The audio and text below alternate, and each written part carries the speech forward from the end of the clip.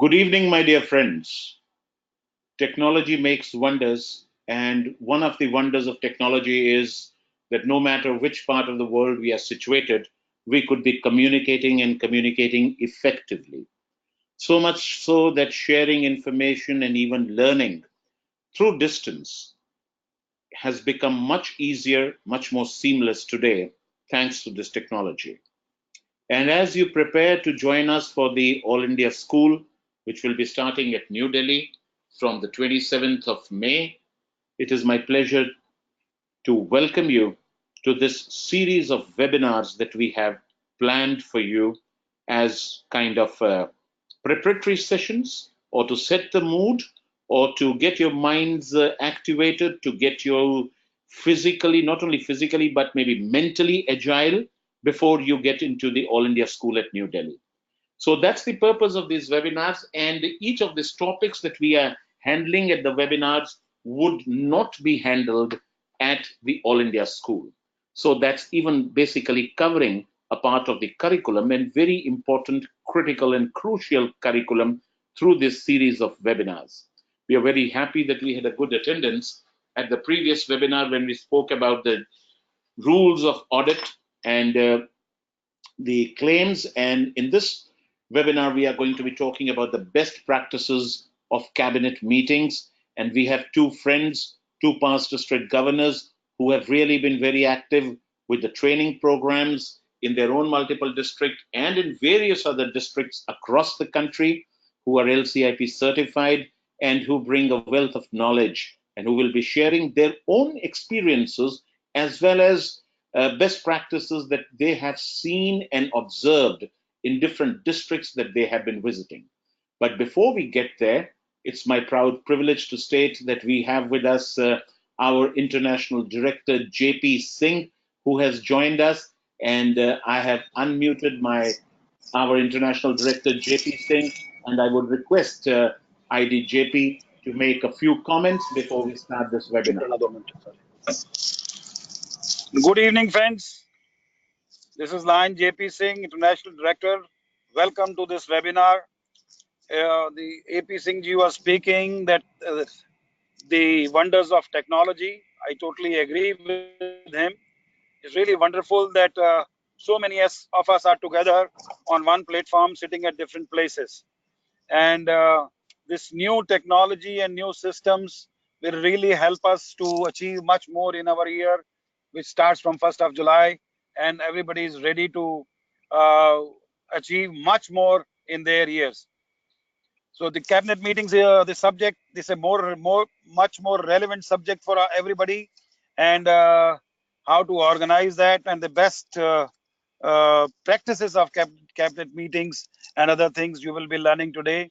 I welcome our both the learned faculties also, and I would like to thank them also because they are sparing their valuable time. And I would like to thank APG and Sangeeta ji for making this possible. And whenever you have any question, you can raise your hand after that, after the seminar is over, and you can ask the questions also. And I'm available to you during entire webinar. I will try to be with you. And I know that you people are now preparing for this All India schooling in Delhi. Regarding that, I will talk to you later on. And thank you very much. And thank you, APG. And we can go ahead now. Right. Thank you, Director. And I'll just check whether we have our other directors who've joined us, but I still don't see them there. So, because in case they are there, I don't want to make the mistake of not inviting them to make a few comments, but they are not there. So, friends, we will spend about 30 minutes or so requesting the two faculty members to give us the presentation. And we'll have sufficient time to answer your questions. So at the time when you ask a question, you just raise your hand, which basically is the hand icon that you see on your screen. You press on it. We will be able to see the hand icon, and at the appropriate time, we will unmute you, and so that you can ask the question. And we will have the faculty members respond to you. I have with me PID Sangeeta Jatia. She would be joining in, pitching in, helping in coordinating the question answer session, and also maybe providing some responses. And of course, we have our international director, JP Singh, who would be assisting with that. So over to you, Rajesh and Pankaj, for your presentation, best practices of cabinet meetings. Thank you, AP. Good evening to you, AP and Sangeeta, and congratulations and hi to all the district governor-elect. This is Lion Pankaj Mehta, past district governor from Mumbai, and my colleague is there, Rajesh Mehra, who will butt in after me. I'm sure, friends, since last 2 years, you have been a part of a DG team, and you must have seen number of cabinet meetings in this tenure as a DG, as a part of a DG team. My request is, you do remember what you have done in past 2 years as a part of a DG team, but keep your mind open and let us see what best practice of cabinet meeting we would like to offer, and you can have, or what you say, a momentary unlearning the process and see how best we can go about this particular topic.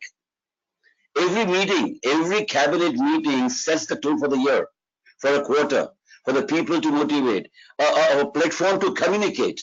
And that's how the best practices for a cabinet meeting are very, very important. So today, what I would be doing is, the objective clearly laid down are, number one, recognize importance of cabinet meeting management. The second objective would be identify phases of best practices of cabinet meetings. And third would be utilize the techniques and resources to ensure effective meetings. These are going to be our objectives for next about half an hour, 35 minutes. To begin with, I always tell and always believe that it is just not an ordinary cabinet meeting. It should be conceived like something like an event, for example, an event of coronation of your year, or whatever you want to transact. That is the way it should go. And if this is the kind of way you think about it, probably the kind of enthusiasm that you have in you, the enthusiasm that you may be able to enthuse in your members will be something phenomenal. So moving further on this, I would say that as a good practice in cabinet meetings should be why, because three things comes in that I believe in. Number one is enriching, number two is enabling, and number three is empowering. As a governor, this is the way I used to conduct my cabinet meeting, where the one part used to be enriching, where probably a guest speaker or somebody who can motivate and enrich the members used to take place before the cabinet meeting used to start for about 15-20 minutes. Used to follow with enabling, where probably the entire facilitation of the meeting used to take place in enabling the cabinet members, and by the end of the meeting probably empowered, and we used to keep a 10-15 minutes kind of a debate or something by which the members are empowered in sharing whatever they need or whatever topic has been selected for that particular day. Moving further, the benefits of effective cabinet meeting could be, number one, members' attention, if they are conducted well. Could be members' involvement, could be members' engagement, could be avenue for a lot of cause opening, could be an ideal venue for generating new ideas, can be for members' motivation, and probably all put together, this would increase the success of the clubs and the district, in my opinion, if the cabinet meetings are handled well. Let us get into the best practices. I personally believe there are three phases that one has to go into. Number one is preparation. Number two is what I would say is facilitation. And the third phase would be the follow-up. So we will discuss all these three: preparation, facilitation, and follow-up in detail.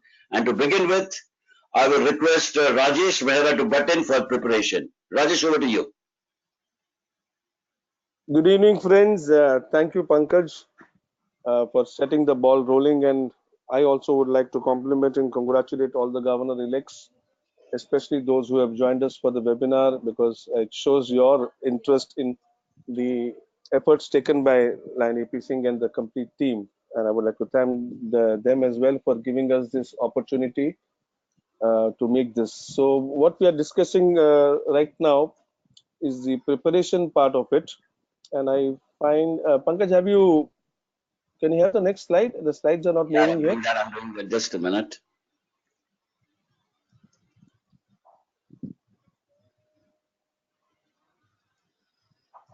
Yeah, here we go. Okay. When we discuss the three parts and how we are going to enrich everybody one of the most important parts is the preparation and the efforts taken to ensure that the cabinet meetings are organized in the best possible manner, and more importantly, the execution part of it, which all depends on the perfect planning, which we call as a preparation. So in preparation, we feel that what comes most important, and of course it may not be in the right order, we've just jotted down things which you need to keep in mind. And the first point which we think is to keep in mind all the facilities that you require for organizing the cabinet meeting. What all things you would require to make the cabinet meeting more fruitful. Excuse me. So let's go down to the points. Like what we basically need is the timely and advance notice for the cabinet meeting. Pankaj, is it moving ahead? I don't see the Agenda, the next is agenda. You can read it. but it's not coming on my screen. You can't read? Now it's coming. Okay.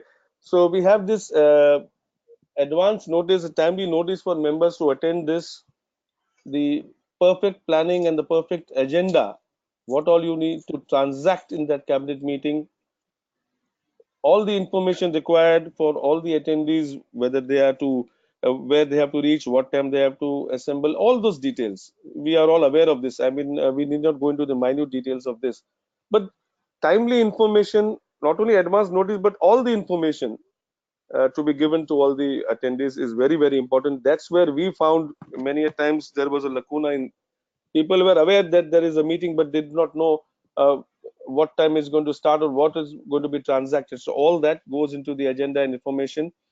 Of course, we do maintain an attendance sign-in sheet of members who have attended so that we can respond to them subsequently, compliment them for all the efforts they have taken to attend the meeting, and more importantly, those who have not attended, that's where this attendance sheet comes handy, where we need to find out what was the reason for members not attending and inform them what they have missed.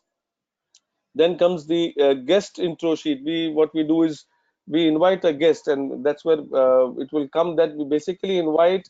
If we inviting an outside speaker, it is not to be a part of the cabinet meeting. What we are recommending here is the initial 20 minutes or 30 minutes where somebody can give some information, not necessarily about Lionism, but something which will value add to the attendees when they attend this cabinet meeting. His introduction sheet, and of course what we need to hear in the preparation part is remember that every effort needs to be recognized. So the art of recognition becomes a part of the preparation itself. So you know all the friends you have involved, all the members who have contributed to the cabinet meeting and its success, and eventually you should be prepared to recognize them. So that's part is one part of the preparation. Can we have the next slide, Pankaj? The slide is there. You can't read it. No, it's not Meeting coming. preparation checklist. It hasn't come on the screen as so far. AP. Can you see Yeah. it? Yeah, now Yes it's or no? just. I think there's Some some lag is there, Daniel. Some lag is there. we'll have to. I think we have to go a little further fast, and then we continue speaking. That will we can match Can you this. see it now? Yeah, the meeting preparation checklist. So basically, when you put down things on paper, it ensures that you are not going to make a mistake. We all depend on our memories, but right from school and childhood days, we always do for every meeting is prepare a perfect checklist. So in the checklist, what do? We determine the task and the outcome. If this effort is made, what are we out to achieve? That is what when we prepare the checklist, we keep this in mind. We determine the actions to meet the desired outcome. So this is what we want to do so that this is the end result. And then the actions to meet what are we going to do to achieve that outcome?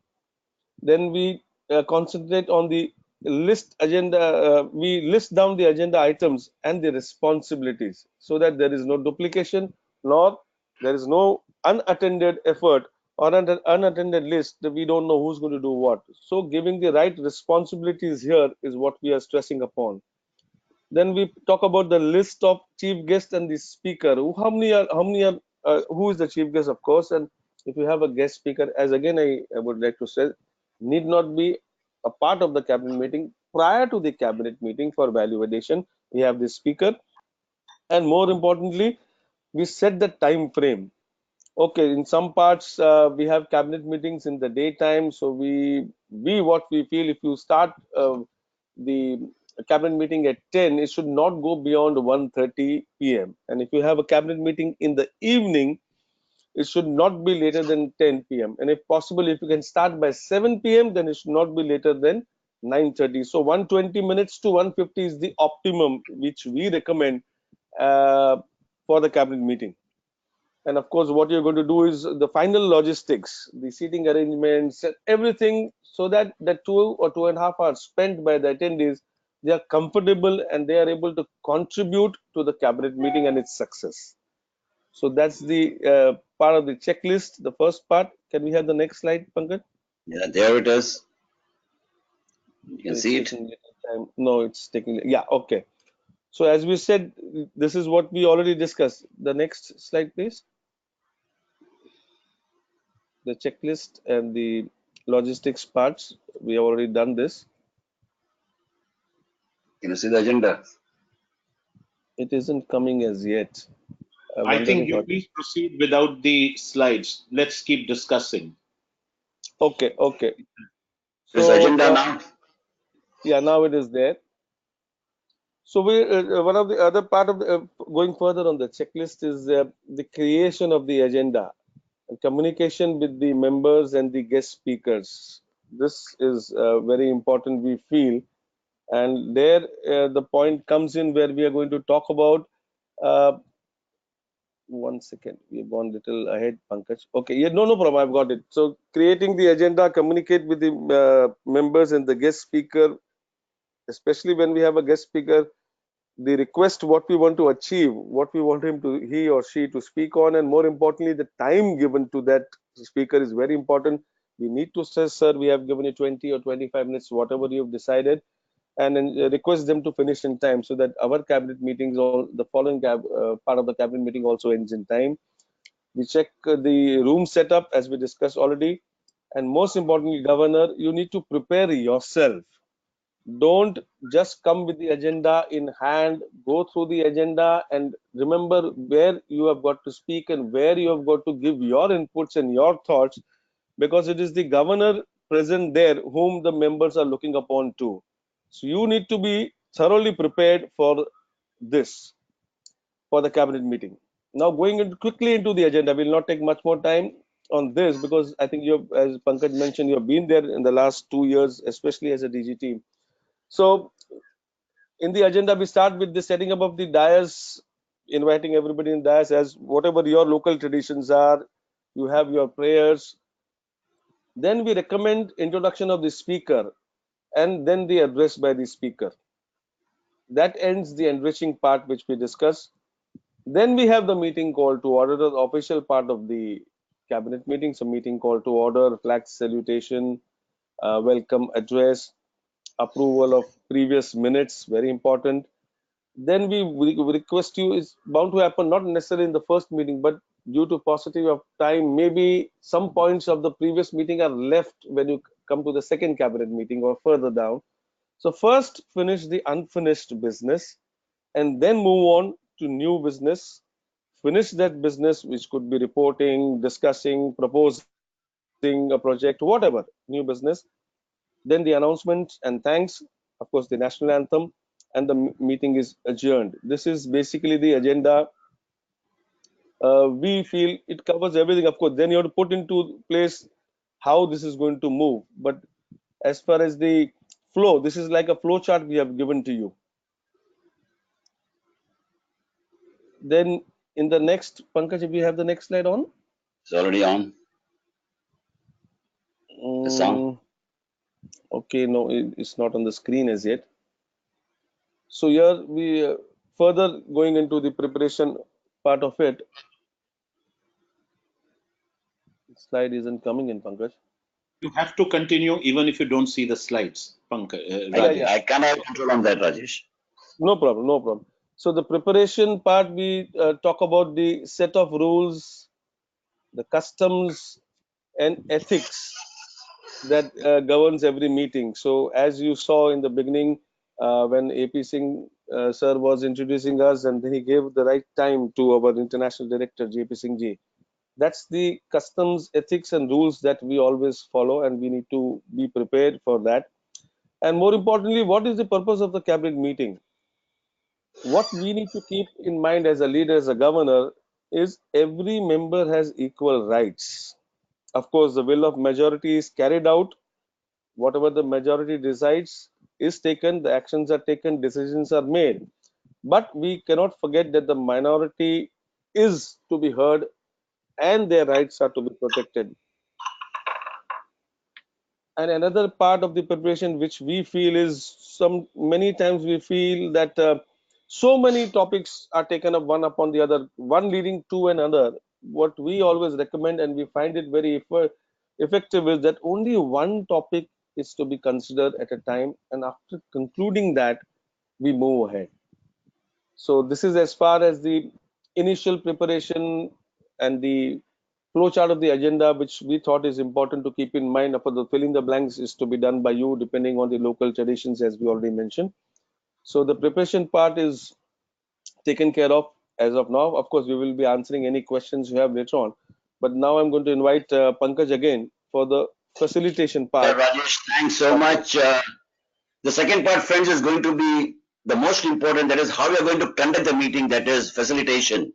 And I would like to divide this into three parts. The first one being inform. Well, there are salient points. You can read it over here. Organize your thoughts and notes in advance to ensure clear presentation of information. Be brief and avoid unnecessary info. Allow people to make observation. Table lengthy discussion at more appropriate time. And the last one, employ good presentation skills. I would only dwell on 2 points over here. Rest is all self-explanatory. The first one, organize your thoughts and notes in advance. Because most of the time the experience says that if you don't organize your thoughts on a piece of paper, that how the flow is going to take place, the beginning of the meeting itself, in terms of information, you may baffle and things will not be good. So good practice is to organize your thought right in the beginning.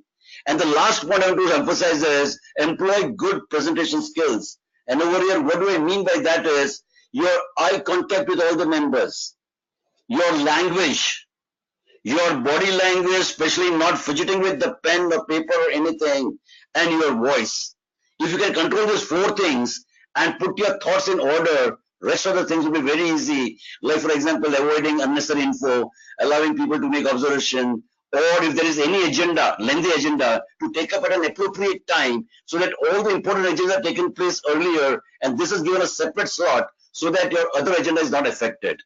The second part of info after that would be discuss and decide. Well, over there, I would say that number one would be invite participation and set rule of discussion. This is very important, which has to be the right from a preliminary meeting if we're having it, or maybe a first meeting, that set the rules for discussion, how we are going to go about it. Be clear on what shall be discussed and decided. Allow all points of views, but remain focused, because the good practice is that there may be so many things happening, but see that you are focused on what you are discussing all the time. Remain non-judgmental. You have no business of judgment whatever your members are sharing that thought process. Employ active listening, which is very, very important in discuss and decide. What do I mean by employ active listening is that from time to time, if any decision is being taken place, you must develop an ability to summarize the things that you want to talk about and talk about it very, very enthusiastically. That is known as something you can say active listening. Paraphrasing and summarizing it at right moment is known as employing active listening. And last would be effectively manage participants' behavior. At times you may find that people are not responding the way probably you expect, and over here the best way to do it is to, depending on what is the situation, how to throw the open-ended question, how to throw close-ended question, and that will probably help you in managing the behaviors of the participants. The third part of facilitation would be recognizing that at every given time in Lionism, well, we must recognize the people, because that will enhance their cooperation with you all the time, that they'll feel happy. So number one would be, the point would be assess recent projects and achievements, what is happening during the tenure of one quarter that you're having a meeting. Number two would be review Lions Club International formal recognition program, because this keeps changing every year. So your incoming president, what are his ways he's going to recognize the people, see that the members are well informed about it. The third would be to provide appropriate recognition to the members. The next would be specific, set right time aside for recognition. And the last most important point would be sincere in a recognition. If you do this, the way the whole facilitation program has to take place, probably whatever preparation has gone into, and if you follow all the steps, I'm sure your meeting will go absolutely great. Over to you, Rajesh, for the third part, that is follow up. Rajesh, over to you. Thank you, Pankaj. That was as far as the facilitation part was there. Now comes another part which we have talked about, is the follow-up and the actions to be taken. So post the cabinet meeting, important is the follow-up. And here we want to stress upon two major parts. First thing, of course, for any cabinet meeting is the meeting minutes. You need to ascertain who will prepare these minutes and distribute them. Is there any other information to be sent to the participants during the discussions, during the questions in the cabinet meeting? If there was something which needed a follow-up or some information which you were to gather and send to the participants, and you have already committed that, which you should as the leader, you must ensure that that communication, that information is sent to all the participants. That becomes a very important part of the follow-up. So what we are saying in the follow-up will be the meeting minutes, who will prepare and distribute, and any other information to be sent to the participants. Next, after follow-up, what you need to do is the evaluation of the meeting that you have just concluded or conducted.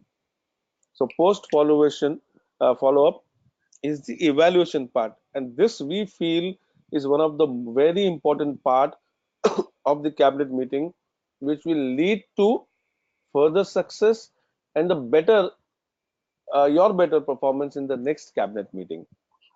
So first and foremost, you could ask yourself and the team a question: how was the attendance and why? In the sense, if the attendance was less, why was it less? And if you had an overwhelming attendance, what was that which led to the success? What kind of follow-ups you did which led to the great attendance, or where did you lack in your follow-up because of which the attendance was less? So this evaluation is very important, because all the efforts in the planning and everything you do for the cabinet meeting, if the attendance is poor, you will not achieve what you set out to achieve. Then the next question you would ask yourself is, did I start and end on time? So the time planning and the time management, was it a success or not? Then the next would be, were the guests and the members greeted well? When you greet your members when they arrive at the cabinet meeting, it gives them a pleasure that we are being greeted, and they feel wanted and they want to involve themselves. So that is what we mean by the word greeting. Then, did I make it through the agenda? Did I complete my agenda? So that will tell you whether you have your items put on the agenda were practically possible or not. So that is an evaluation. Next would be, did I manage the quieter members? Means friends who are not involving themselves, whether you could involve them. Usually you see in a cabinet meeting, there are always about 20 to 30% of members who are very active, who would like to participate and talk always.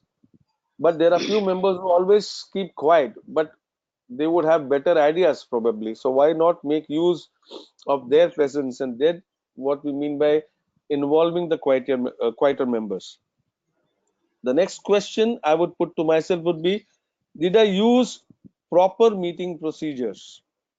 Pankaj, the slides are not coming in, right? There. Rajesh, they are coming in. I think you've got a problem on your system. So please go ahead. Your internet is not proper, Rajesh. Your internet is not proper. Possibly. Please go ahead. Please go ahead. So the next would be, did I use proper meeting procedures? And of course, one of the most important questions I would ask myself, and of course you would, is how can I do better? So these are certain evaluations which you must do with your team and in your personal capacity to ensure that you have the best cabinet meetings. And we are now coming to the next part, which we feel that there's a lot of resources which Lions Club International and the leadership division has provided, which is available on the website, which could help you in more than one way. So I would recommend that you go through these resources. How are your ratings? Conduct the survey, the ME15, the administrative guide, ME15B, club quality initiative. Governors, you need to go through this whole thing yourself, because when you talk about this most important aspect in Lionism, you should be aware of what is happening in CQI. The member satisfaction guide, Lions Learning Center, meeting management, online courses are there. And of course, time and again, we have been stressing on the art of recognition. So these are the resources available to you. But again, when it comes to a different year or a new year, members expect something different, something new. So you need to think outside the box. And to take you through this, I would request Pankaj to come in again. Thank you, Rajesh. Friends, we have been through the three stages, the three, that is preparation, facilitation, and follow-up. Follow-up, I mean, probably is one of the most important part as far as the good practices are concerned, because this shall give you a lead for the next meeting. The question is that after 100 years of Lionism, or number of years that we have been conducting cabinet meetings, is there something where we call it thinking outside the box, which would make our meetings more effective? I personally feel, and this is my personal opinion, number one is your circular. This has got nothing to do with written over here, child abuse has got nothing to do. The point I'm trying to make over here is that today the kind of technology exposure that we have, the kind of things that are available at disposal to us, can we make our circular wherein follow-up will give a lead to you that what should be a second meeting, what is your focus area, and doing away your photographs on a circular, can we have something with that programs which becomes the highlight of the circular, so that the members who are coming for the next meeting, they exactly know what is going to happen over here. Well, this can be very creative. You can have a brainstorming session with your micro members before designing upon your circulars, because all is going to be soft copy. It is the least expensive and most creative way that probably you can communicate, which could be a very good practice, that what the next meeting is going to be like. The second thinking of the box could be, how are you going to organize the meeting? Today the things have changed. Things have changed totally. Whether there will be a DS, there may not be a DS. Whether DS is only one podium is required, what kind of screen is required, is every single chairman or a zone chairman or a region chairman required to speak? Can you collect the data at the beginning and convert into a PowerPoint presentation where it becomes more time saving, and you can give a justice to it? Kinds and kinds of things can be done, but apply your mind as a good practices for a cabinet meeting, that how you should be going about it and thinking outside the box. And the last would be the word of thanks. I think this is one area where probably your cabinet secretary, whoever is giving it, can probably be very creative. Can be very, very creative, and sum up the meeting in such a way that it is actually a word of thanks. Actually a word of thanks, how it should be given, where kind of things can be again thought of. So these are the areas, and can be much more which you can discuss in question answer session. But I personally feel that entire meeting outside the standard things, these are the things that you're going to add, is going to make your meeting very interesting, and probably you'll be able to achieve the results that you want during your year, the goals that you have set, the international president goals that they have set, and all the various important areas of Lionism, whatever you're looking at can be achieved if you are thinking outside the box. So with these three things, I would say that the last would be the use of social media. When I say what I mean by social media, is before the meeting takes place, and more importantly, after the meeting has taken place. It is not a question of only what cabinet members have discussed, but your district should be knowing that how good we are doing. And I think the best way to do it, that today, the social media, there's no better way you reach people. Not only your district, not only your multiple, but probably through the social media, whatever is happening in the cabinet meetings, what good things you are doing, what good projects you are doing, what kind of good people you have got, various things can be projected and made use, or I say social media, it works wonder and can be a part of good practices for a cabinet meeting. With this, friends, I think I'm done over here. 30 minutes, AP, you have taken it. Thank you so much for your patient hearing. We have almost about 95 people, 90 DG elect a year. And thank you so much for your patient hearing. Thanks a lot. Now is the time that we will throw it out for questions, and anybody has any questions can raise a hand. But before we just open up a questions, here are a few more thoughts that come to my mind. Number one, the concept of action taken report. You know, cabinet meetings are business meetings. What Rajesh and Pankaj told you, you could have the option of inviting a guest speaker. But please remember, they have repeatedly told you that that guest speaker is outside the cabinet meeting. The cabinet meeting starts only after the guest speaker has finished speaking. So they are taking the advantage, they are suggesting a best practice that you can have somebody to come in as a motivational speaker to come and speak for about 15 to 20 minutes before the meeting starts. Because cabinet meetings are business meetings. So one of the best practices that I would like to suggest is an action taken report. You have your previous meeting.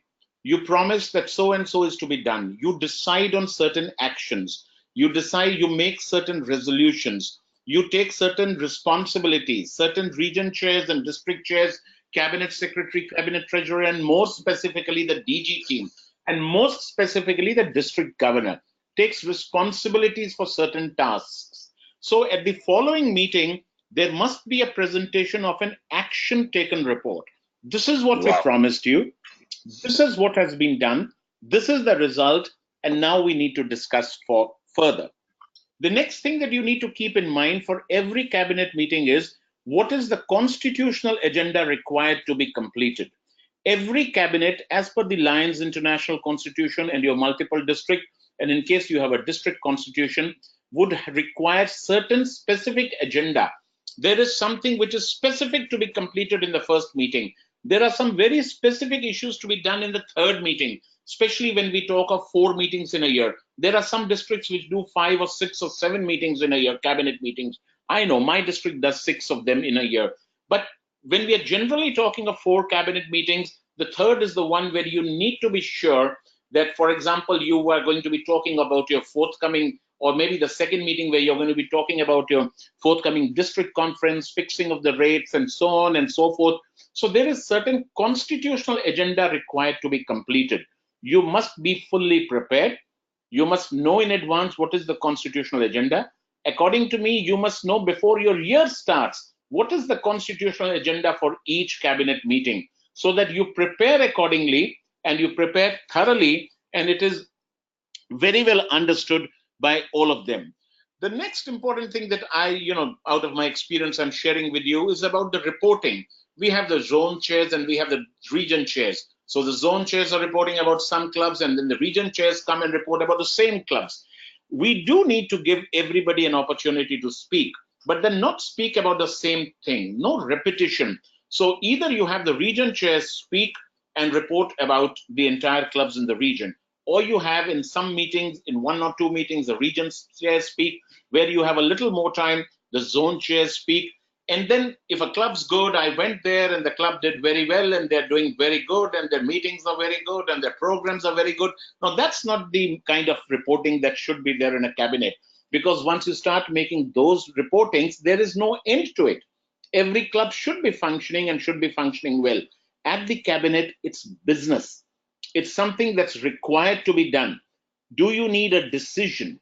Do you need the permission from the cabinet? For example, if any club has to be recommended for status quo, must be recommended at least certain number of months before the district convention, which basically in India translates into recommending it within December of the year. You don't report it beyond December, because that many days are not left for you to report to status quo. You have new clubs coming in, you have training programs being organized. What's the information? For that part, the reporting has to be specific, must be business-oriented reporting.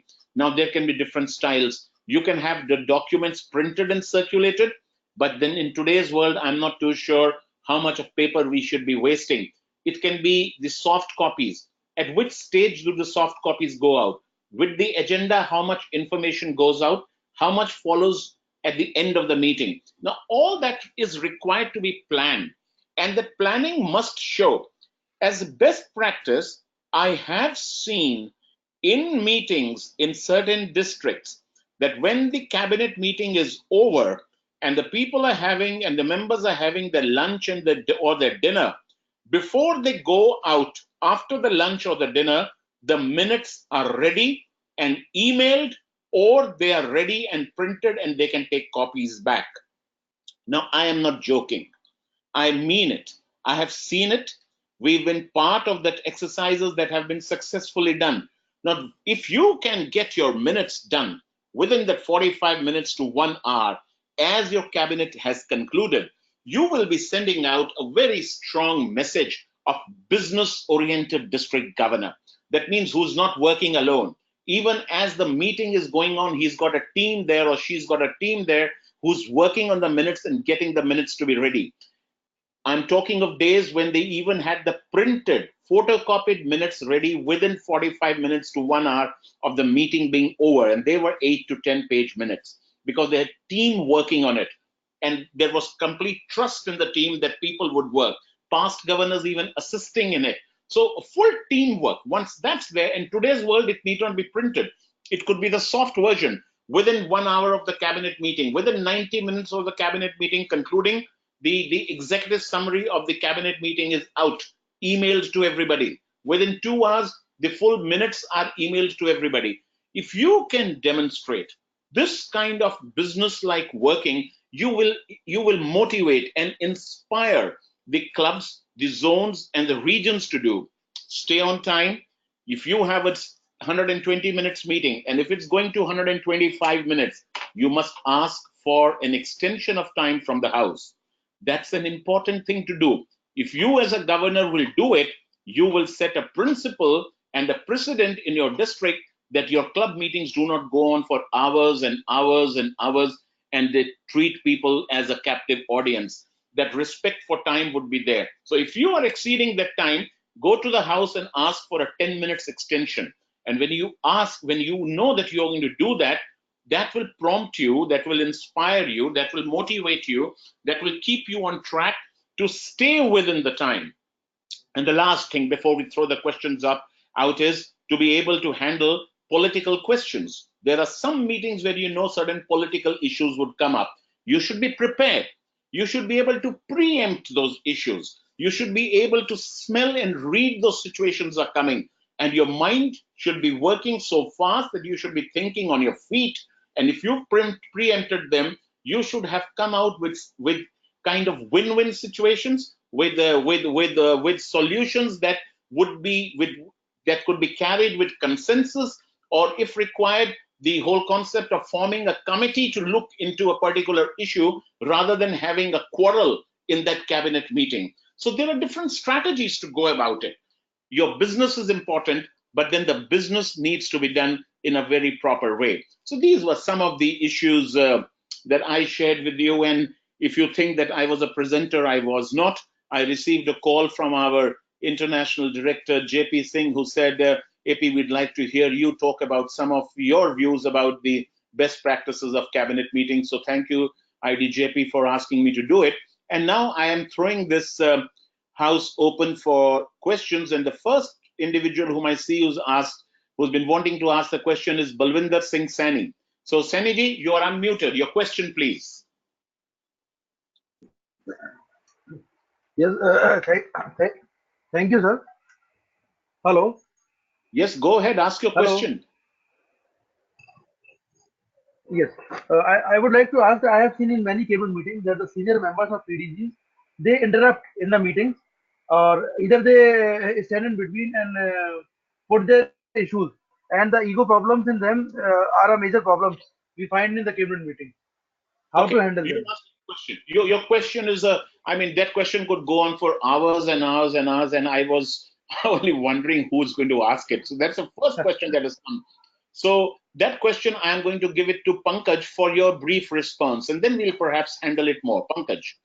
Yeah, like, sir, what I mean, in my opinion, I mean, this kind of thing always happens in all the cabinet meetings.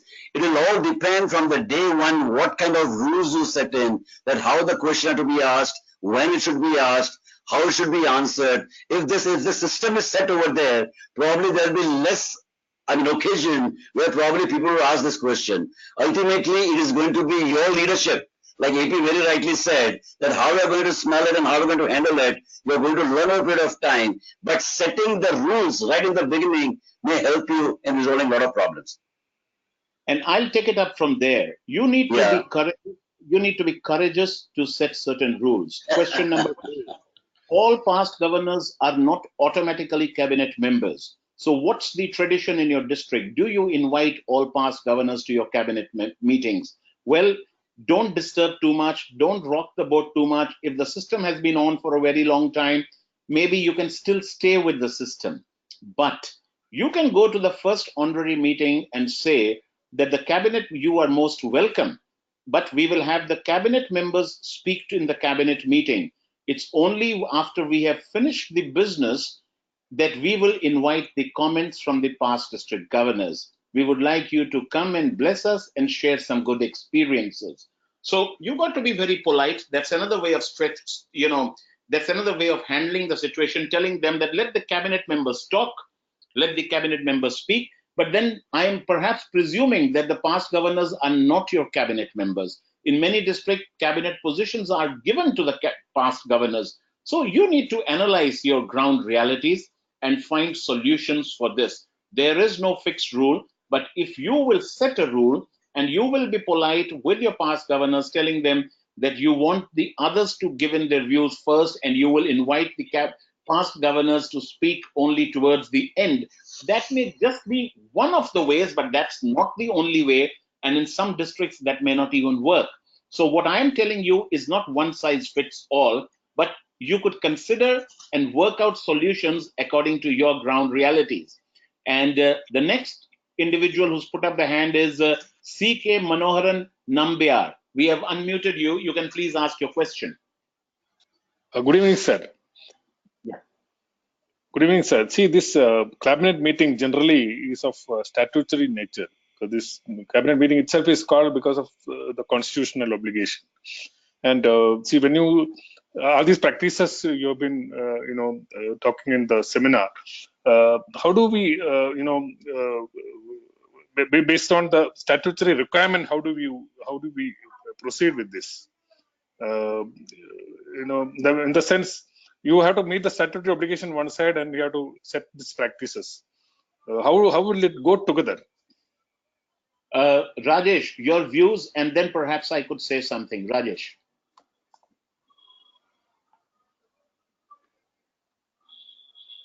I don't hear anything. Yeah, hello. Yeah, I got the question.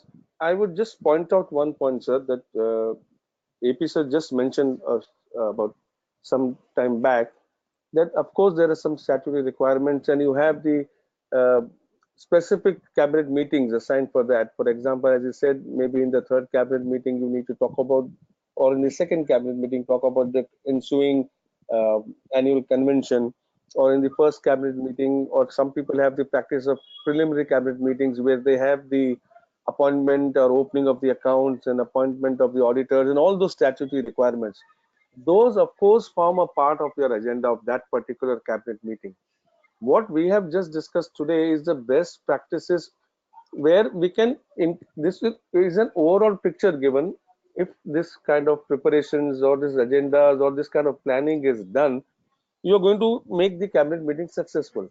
So the statutory requirements which are there are to be done, and they will be a part of the agenda. That's what I feel. Absolutely agreed. The constitutional, the statutory requirements must be met, and must be met 100%. There are approvals required for the cabinet for sending grant requests to LCIF. There is a requirement for getting accounts approved at the cabinet, because the reporting of the utilization of the grants has to be done to LCI or to LCIF. Maybe an update for all pending grants must be presented to the cabinet as one of the, that's a best practice. that we've received this grant. Utilization is not over, but this is the status. So every pending grants, the status may be presented to the cabinet. Now, these are best practices, but there are some constitutional ones. Whatever is the constitutional part, the business, compulsory business part, has to be identified and completed. And that's why I said it may be appropriate for all district governors, our incoming governors, to make a list of what's going to be the statutory part for each cabinet meeting and to make sure that they don't miss out anything. So that's what it is. And with that, we will move on to the next individual who's put up the hand. And the next individual is Mohan Prabhakaran. You put up the hand and we have unmuted you, Mohan. You can go ahead and ask the question.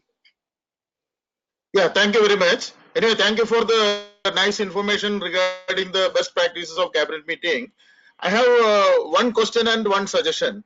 The question is there any minimum cabinet meetings in a year we can conduct, and any maximum meetings, and is there any provision for an emergency cabinet meeting? This is my first question. Can you answer? Then I will ask for a suggestion. Okay. So Pankaj, would you like to answer, or are you comfortable in answering that? Can I come in? Yeah, okay. Okay, Rajesh, go ahead.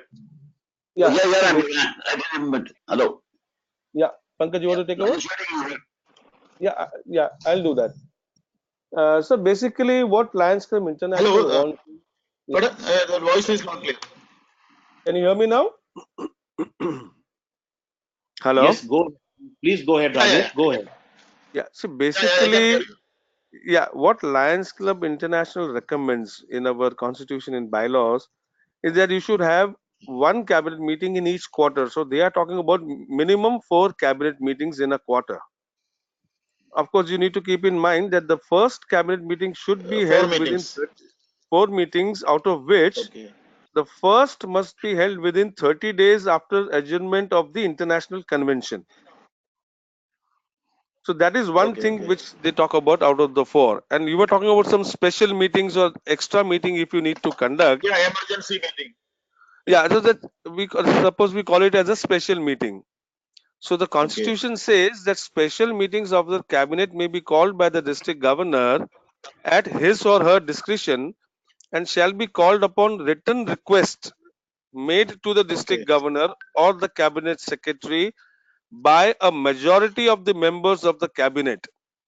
So I'll just come in here before any misinformation or misinterpretation starts. Please look at your own district constitutions. All the multiple district constitutions of India have a clause for special cabinet meetings, and the clauses may be different.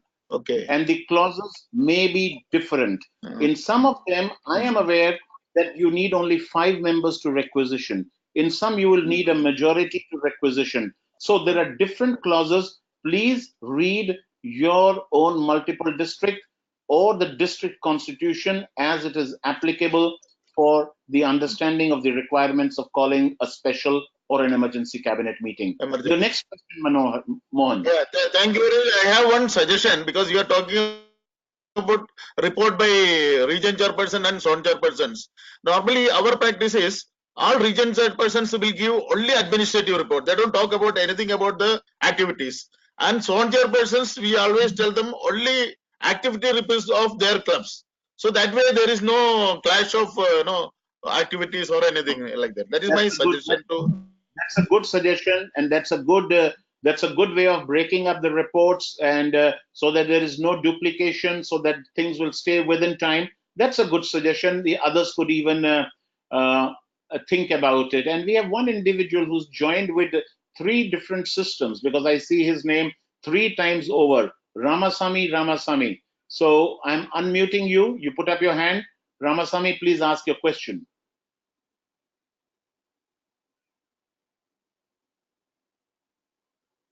No question asked, so I move on. The next individual who's put up the hand is Ramesh Babu. Ramesh Babu, you are unmuted. Please ask your question.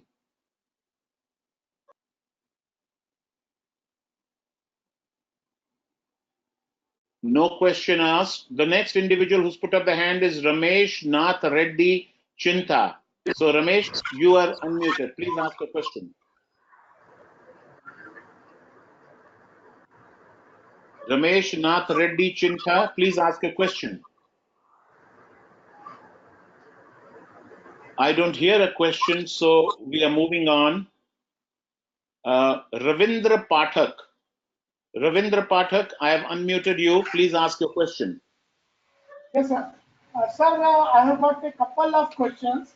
First is, what is the role of the honorary committee and its reporting during the cabinet meeting? First, and the second one is, can we have a formatting to save time for the reporting of region chairpersons and zone chairpersons? Okay, I will take the first question. Honorary committee is a committee of the past district governors, and it is chaired by anybody whom the district governor appoints as the chairperson. There is a constitutional possibility of even the district governor being the chair of the honorary committee. Now, whether or not the honorary committee would report at the cabinet meetings depends upon the way you've been doing things. A lot of culture and a lot of traditions and a lot of conventions come into play. So that's the issue. As regarding your format, a structured format for zone and region chairman, I don't think that we can give a structured format for all districts. But Pankaj, what is your view? In Pankaj. our district, sir, we have a structure format where, like what was suggested earlier, the service activities for a region chairman will, report. And as far as zone chairman is concerned, the template is given to him where he'll talk about, for example, the number of membership, how many people in the previous function, and all other data. The template has been given to a zone chairman. He follows strictly that only. And that is the way we follow in our cabinet. Well, there's nothing statutory about it. So there are templates that are used. So there are templates that are used. Yeah, templates we use it in our what do you call, district. Okay. Any other question, Ravindra Pathak? Any other question? Thank you, sir.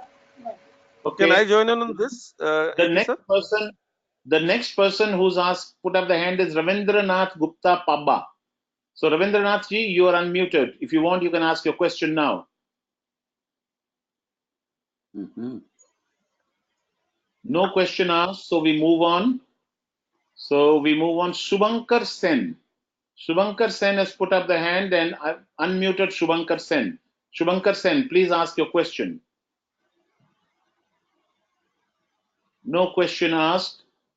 I don't know, but why are they putting up the hand? But it's okay. Sudhir Chaudhary. Sudhir Chaudhary, you are unmuted. Please ask your question.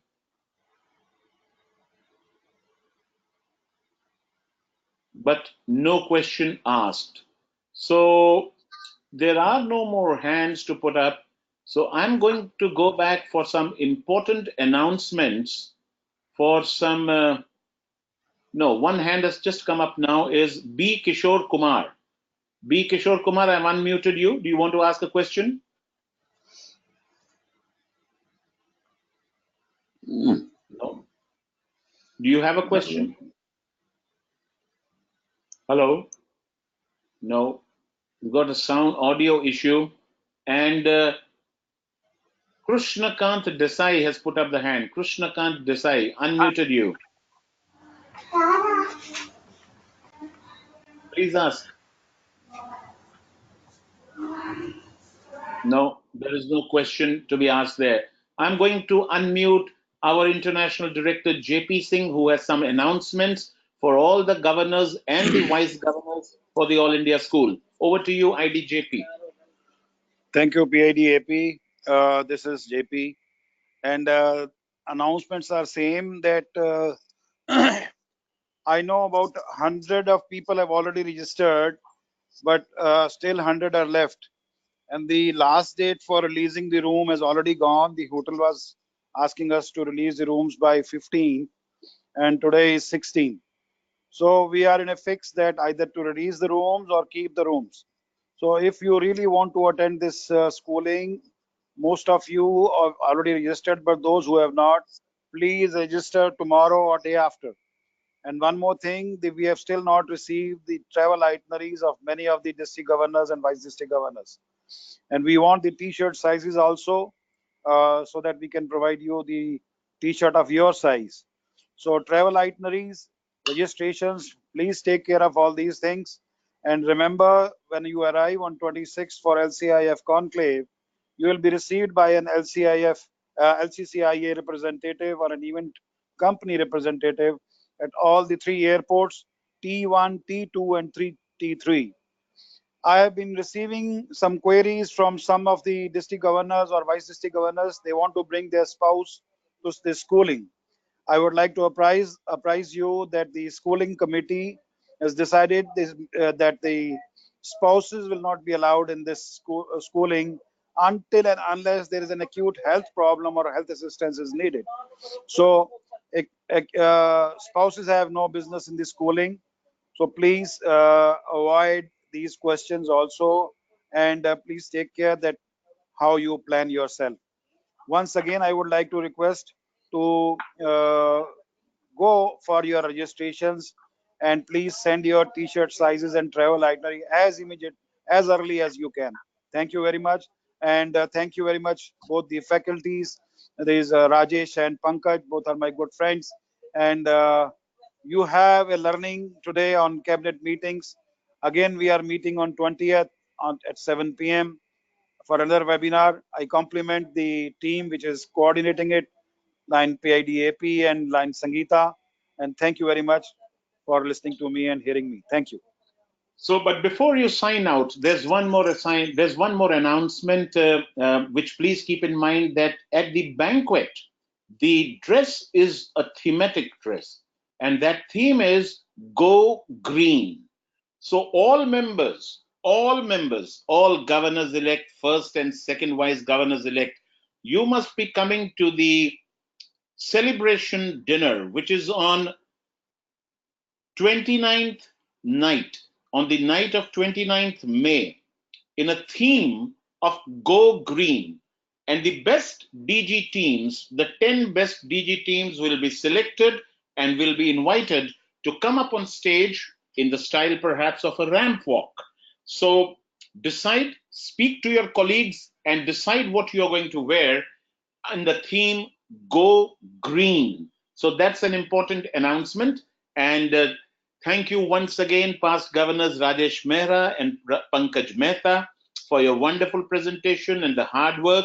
And thank you everybody for joining. And do join us again on 20th May, where we are going to be talking of LCI grants. There are a lot of grants available. Most of the districts, unfortunately, do not apply for the grants. We want to give you the list and the procedures for those grants so that you can make the best use of the resources which the Lions Clubs International is ready to provide you. So join in on 20th. Till then, we sign out. Goodbye and stay in touch.